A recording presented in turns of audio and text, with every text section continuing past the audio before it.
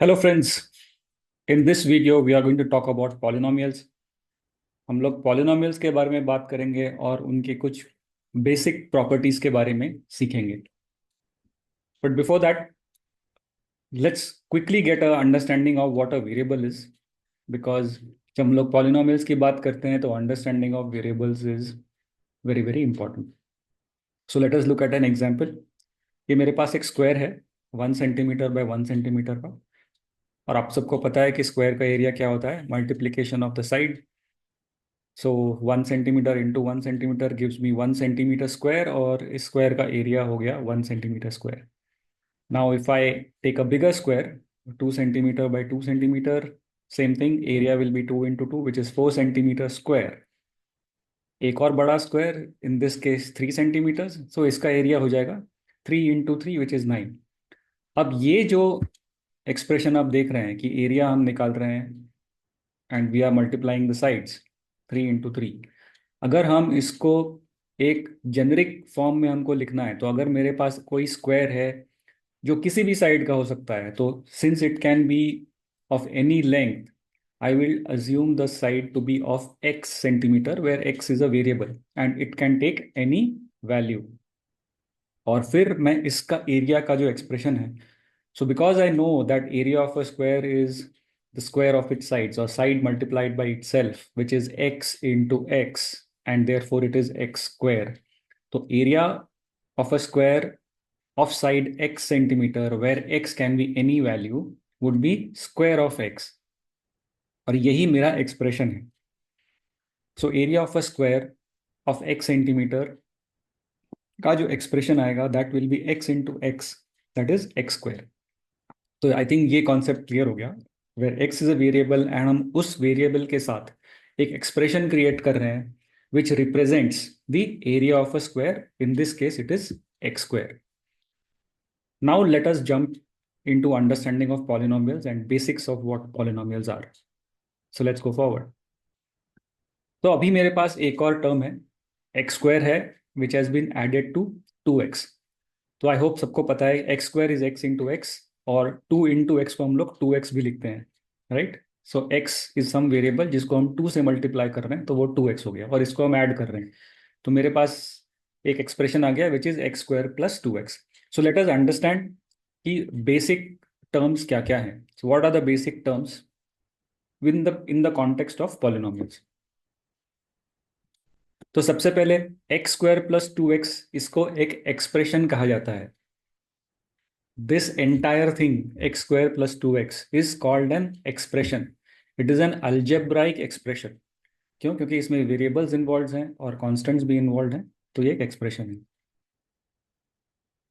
अब इसमें क्या है, इसमें we have first term which is x square, तो each element of this expression is called a term. तो एक टर्म है x इंटू एक्स जो एक्स स्क्वायर है, which is been added to another term which is 2x। तो 2x क्या है, that is another term.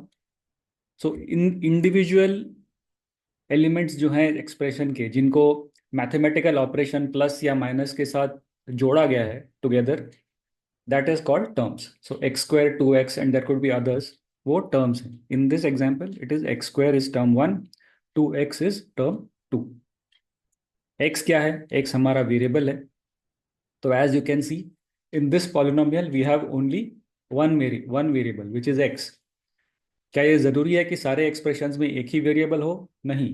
You can have any number of variables as part of an expression. You can have x y z t, तो typically हम लोग ये alphabets को variables लेते हैं, राइट। अब ये टू क्या है, टू एक कांस्टेंट है जो एक वेरिएबल के साथ मल्टीप्लाई किया हुआ है, राइट। और इस टर्म 2x में टू को, ये जो कांस्टेंट टू है उसको हम कोएफिशिएंट भी कहते हैं। So coefficient of x in an expression x square plus 2x is 2. So I hope you got that concept clear. तो अब आप मुझे ये बताइए कि x स्क्वायर का कोएफिशिएंट क्या है। So so if there is nothing multiplied, so implicitly 1 is multiplied, correct. तो x स्क्वायर के आगे कोई नंबर नहीं लिखा हुआ है, इसका मतलब what is multiplied by x square to give x square? 1, right.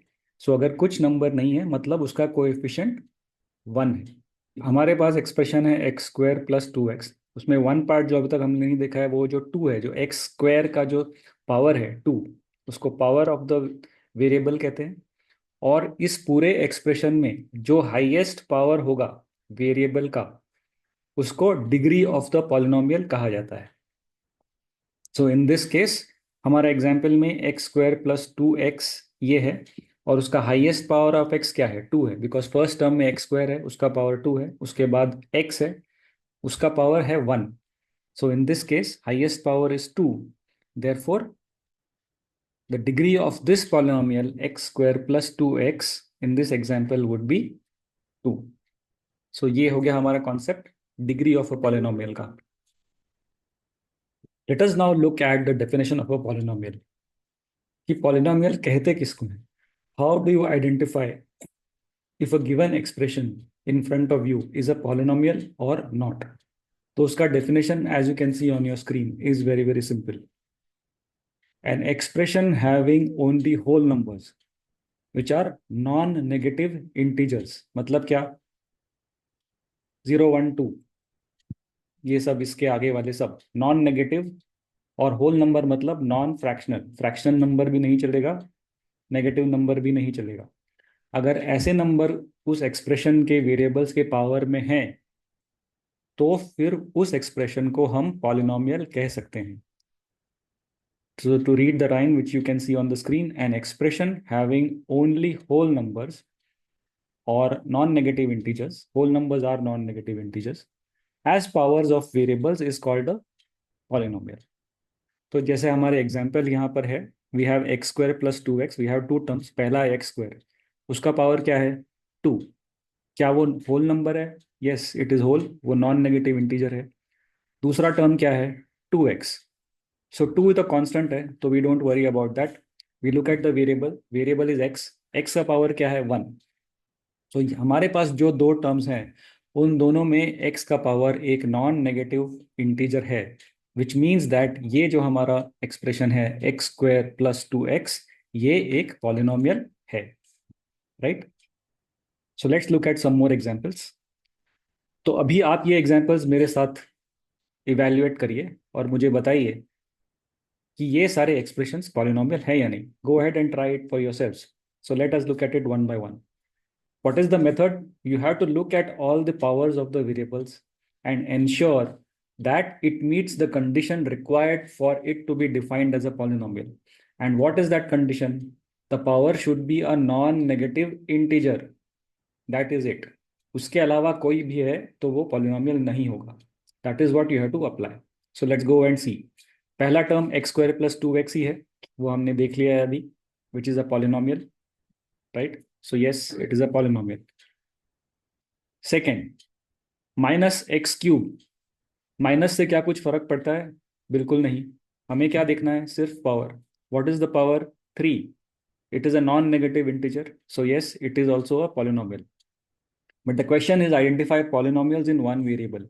सो हमारे पास वेरिएबल एक ही है which is x, so therefore it meets all the conditions required, so this is also polynomial. x plus 1 upon x. So my first term is x, उसका power 1 है, which is a non-negative integer. So yeah, that is okay. Second term क्या है? Second term यहाँ आप देखिए, it is 1 upon x. So 1 upon x को कैसे हम करेंगे? So how it, if you remember the rules of exponents, 1 upon x is same as x to the power minus 1। मतलब जब हम रेसिप्रोकल लेते हैं तो पावर की साइन इन्वर्ट हो जाती है। मतलब अगर न्यूमरेटर में 1 है तो डिनोमिनेटर में -1 हो जाएगा, अगर डिनोमिनेटर में 1 है तो न्यूमरेटर में -1 हो जाएगा। तो 1 upon x is equal to x to the power -1। लेकिन -1 तो नेगेटिव इंटीजर है, विच मीन्स दैट ये जो एक्सप्रेशन है हमारे पास x प्लस 1 अपॉन एक्स, ये पॉलिनोमियल नहीं है। So this expression is not a polynomial. Okay, let's look at the next one. We have square root of y plus y to the power 4। तो first term देखेंगे square root of y। So again go back to the rules of exponents. Square root of y को as a power form में हम क्या लिखेंगे?